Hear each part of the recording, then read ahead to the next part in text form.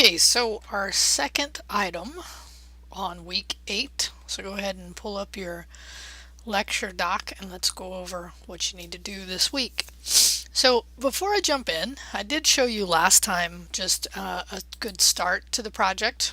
This week I'll go over how to do a favicon and how to do some additional stuff to it. But I thought it'd be a good time for us to go down and look again at the requirements and see how much we've covered, right?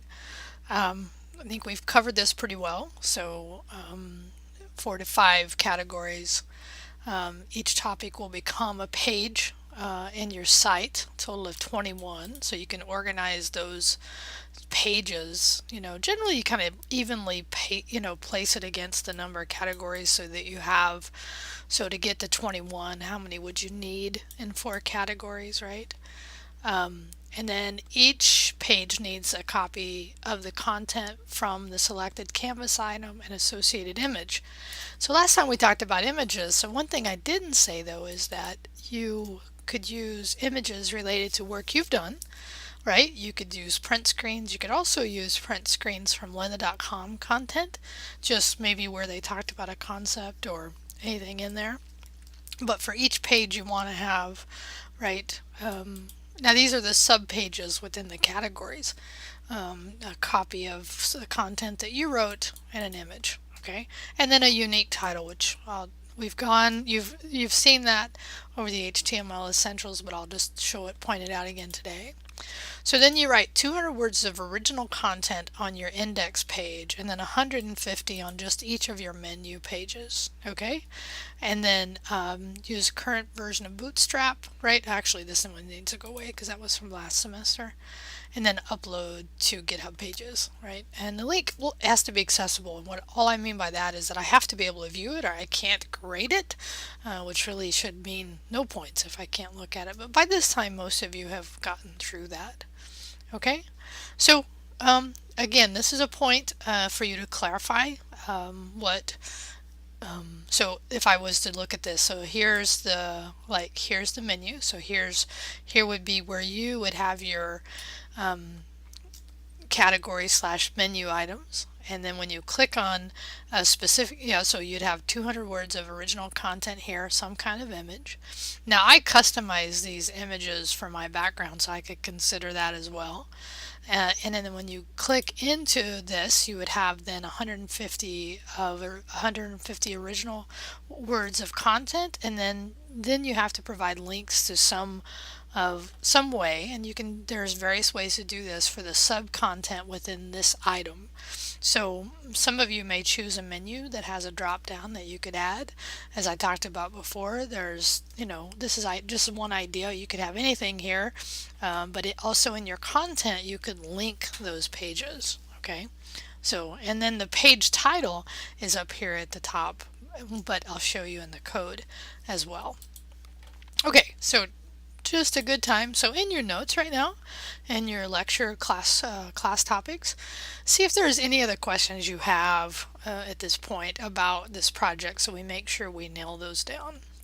Okay, so for lecture this night, I've been sourcing because I've really been wanting to cover the different cloud platforms that are out there, and I found this video to be not the best, but I liked the content, the video quality, and it's not video, it's more it's audio really, but I love because it has an expert from from the 3 most common cloud platforms, and then they talk about the cloud platform and services that are offered there out, and I really think this is good to have. So you need to watch this in complete video, take notes in your lecture doc, and also include these as well. Okay, so there's nothing new there, we're back to a little bit of content.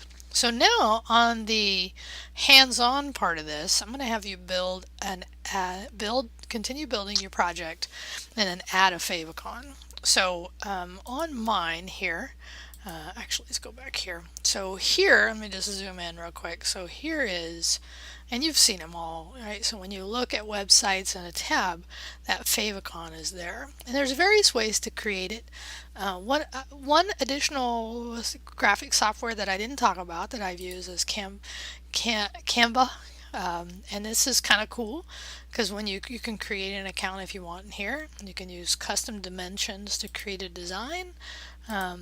So I'd do a 100 by 100, design it, and it lays out a template. There's a great video, actually I could give you a link here, or just search for it, how to create favicons on YouTube. But you could do backgrounds, right? So you could do a background color if you wanted, and you could do some text. And it has some nice fun text here, but obviously for a favicon, right, you don't want a lot of text. So I'd probably get rid of most of this. This is probably not what I would choose. I'd probably just want to do like my letters. Let's say like CIT82, right? And then, again, this just and actually that wouldn't even show up. I think what I did here, and it kind of made some sense, is I did this, I did that, and then I played with each of them. So there's just play around, create something here, and then you can download that. And they'll download a PNG file, so play around. Again, you can use whatever software. It generally is 100 by 100.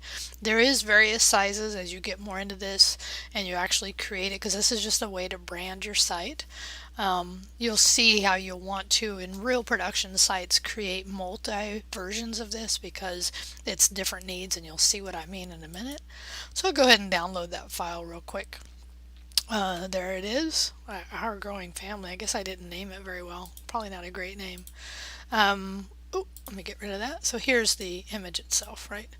So obviously you can see that this probably is not great, and you can see how I played around with this one because I made it large, takes up most of the space because you don't have a lot of space to work with, and it's just an easy way to brand. So one thing you can do is then you can go in and select once you do that, because you actually can, there is actually a way in code to tell it to look at a PNG, but typically here's what you do is you create favicons. It's a type of file, but it's still a graphics file, and you can tell it to create only one if you want, but you can also look at all the different ones that you do there, and you can tell it just to create the favicon. Based on that. So here's my image, and then it shows me also how to the different ways you can just put this up in your head code. Okay, so this is telling it where to look for that icon. So first this is I think you can use one or both. I think I'll show you what the code I just put in, but you download the file and then place it into your directory, right?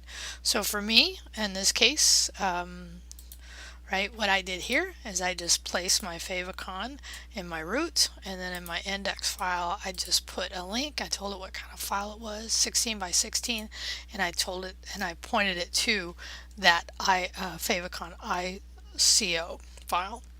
But again, you can search around. There's different ways to do this. You can do, like I said, on this site, you can see the multiple ways if you were actually going to do it this way. This is not what you have to do for this example, but I just wanted you to see many different versions of that, because Apple icon requires something different, Android requires something different. So these are just variations that you would use for those different platforms, but for our purposes you don't need to. So it just has to show up again like I showed here. So that's one thing, right? So you want to create a favicon, place it in there, update your code, do your normal process. What I want to say here is building the project 0. I want to give you just a quick FYI. So in this case, here is the template where I left it in the last state. So now it's actually time to start building this out, right? So I can tell, right, and by my analysis I know I have, this is going to be my new menu. Right? So what I'd probably want to do is build this index file as far as the links go, right? To what those menus items would be. They don't actually have to exist in file form yet, but you could build them out. So what I mean by that, so in here where it has home, right? Let's actually do the one about. So maybe this one is, so here's the text, right? So maybe it's front end, right? And then in here, right now, it's pointed to a file called about. So you would want to then, you could either take the about page if you wanted and then create a new page, right? So this is one thing you could do. But before I start creating those sub pages, I think what I would do is this. I would go and look at one of these sub pages and kind of strip it down to its bare bones. You know, just the content I know I'm going to want before I do that. And then once and what I mean by strip it down. So here's what I mean. So I'm not going to need all this content. So if I just get rid of it once and I have just, you know, the basic file that I would want, and then I can use that file and copy it for each subpage that I want. Okay, so I'm not going to go through and clean this up. That's your job. You can do that. You know how to do that by now. But let me just show you, like once I have this stripped down file here, I could copy that. There's a couple ways to do this because you could actually also do it this way. You could actually do copy, but you could also, I'm just going to come over here. I'm going to create a new page, and I might call it frontend.html, right? And then I would paste that code in there. Now again, I would have cleaned up this before I pasted it. That way I don't have to do as much work. And not only that, if you build out that index file, before you know, like you're going to know here, like this is going to be called front end.html. This one you're going to add possibly a menu item here, right? So once you get that index file the way you want it, and then you have one of your sub pages kind of cleaned out, ready to receive your content, it just makes creating this much easier. That's my whole point about this. You can do this however you want. I'm not going to tell you how, but I'm going to show you how, you know, examples here, right? So then let's see if it's saved it already, right? So I can come in here and look, and I'm like, yep, and I can see by clicking on it where that goes. So right now that's why I would have copied or gotten rid of this content so that it would have been easy. So every time I create that new page, right, I could have done that. Now what would have a sub page been, right? So this would have been, maybe this is just content, lorem ipsum, very common. So but now maybe I've got, obviously here I'm going to write the 150 words, and like you saw on mine, I did some kind of tag cloud or some kind of maybe second column to provide the sub links here, or maybe you're using your menu, maybe it has a drop down to go to the rest of the items in here, right? Rest of the pages, that's what I mean, the rest of the pages. So I want you to, you know, start building this, start actually putting this together. And some of you may have already done this, right? Some of you may have already done this when we did some of this up here, which is fine. The more you work on this, the easier it's going to get, because we only at this point have one more week left. Okay. All right, so once you have your favicon and you have your continuing to build at least a couple of pages out, right? Upload it to your GitHub pages and then give us a link. So the current topics is a really good one and an important one, which is build systems. So I've given you two links to check out here. One is to Free Code Camp, a Medium post. Free Code Camp is something I use for CIT93. So hopefully, by the way, you're taking a few notes here in your class doc. So this is a really good, I think, overview of what build systems do. Because here's what I'd recommend you do is read this article and start understanding, because this is something as you move forward you're going to see more of, right? So we're focused right here. We're doing not the JavaScript, but the HTML and the CSS. We're doing it through Bootstrap. We're not using any kind of build system. We're doing it ourselves. And there are build systems, and it talks about, you know, where, you know, and this is why this article is so great. It really talks about what these things do, because some things just install things for you. And as you move forward with this industry, you will see and get experience with this. So I at least want you to have an understanding. So I want you to look at this article, and the other article I provided is to Front End Masters, because they also look at 2017, kind of what are people using. So these are Gulp, NPM, which is Node Package Manager scripts, Gulp, Grunt, Webpack is becoming really popular, and that's another one that they talk about here. So I want you to choose one of these, right? Again, I want you to all choose something different, because each of them, some of them overlap, right? Like Bower and Yeoman and NPM are kind of different versions of the same thing. They do installs, but NPM is by far the most popular. And it's NPM is based on Node, and Node is JavaScript for the server. So these are build systems that make the process of developing much easier to get code ready. So spend a little time getting to know this, look through this, and there's also a really good video I found if you want to check it out on YouTube, just giving that overview as well. So find something you want to learn more about, and as I've had you do before, right? So select a popular build system and do a bit of research and share what you have learned with links, right? So and this is the 150 words in the replies, so I'll put that in there. Okay, so last thing I'm going to say, and this definitely goes in your notes, or I'll mark a few points off, is a reminder that as we move into our last week of content, is that I am traveling this day. This is actually the day I leave at noon, so I'll be grading on the road. So if you want, because this will be due Thursday night at midnight. I'll be gone, but I'll be on the road and grading. But I'll wake up Friday morning before I move into my day and finish it up. So the sooner you want my feedback, you want to turn this in by no later than Wednesday night if you want me to give you some feedback before I actually go.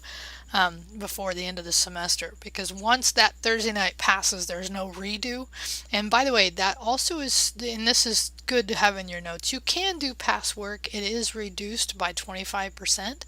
So make sure that if you have some work, it's 25%. If you get 100 of the points, it's reduced 25%, so it'd be 75. So you can submit late work. I haven't talked a lot about it in this class, just because generally in advanced classes, it's something that I kind of really have thought about whether I think it's good or not, but I want to be flexible in that case. So make sure you've done that. Okay, so that I went over the end of semester.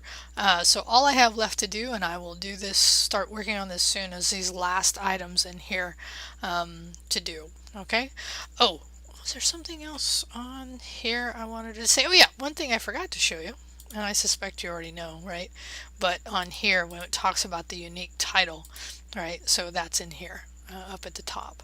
And actually, I think I'm going to update that to be, so this is the title here, right? So each page needs a unique title to the content that it is. And then I think I will also have you do a short description as well. So this is metadata up in here, and then the title that shows up on the rendered. So those for every page, you need to have something unique on there. Okay, that's your week 8 Thursday night item. Make sure you include that in your class doc, your lecture doc for class topics, and then talk to you later. Bye.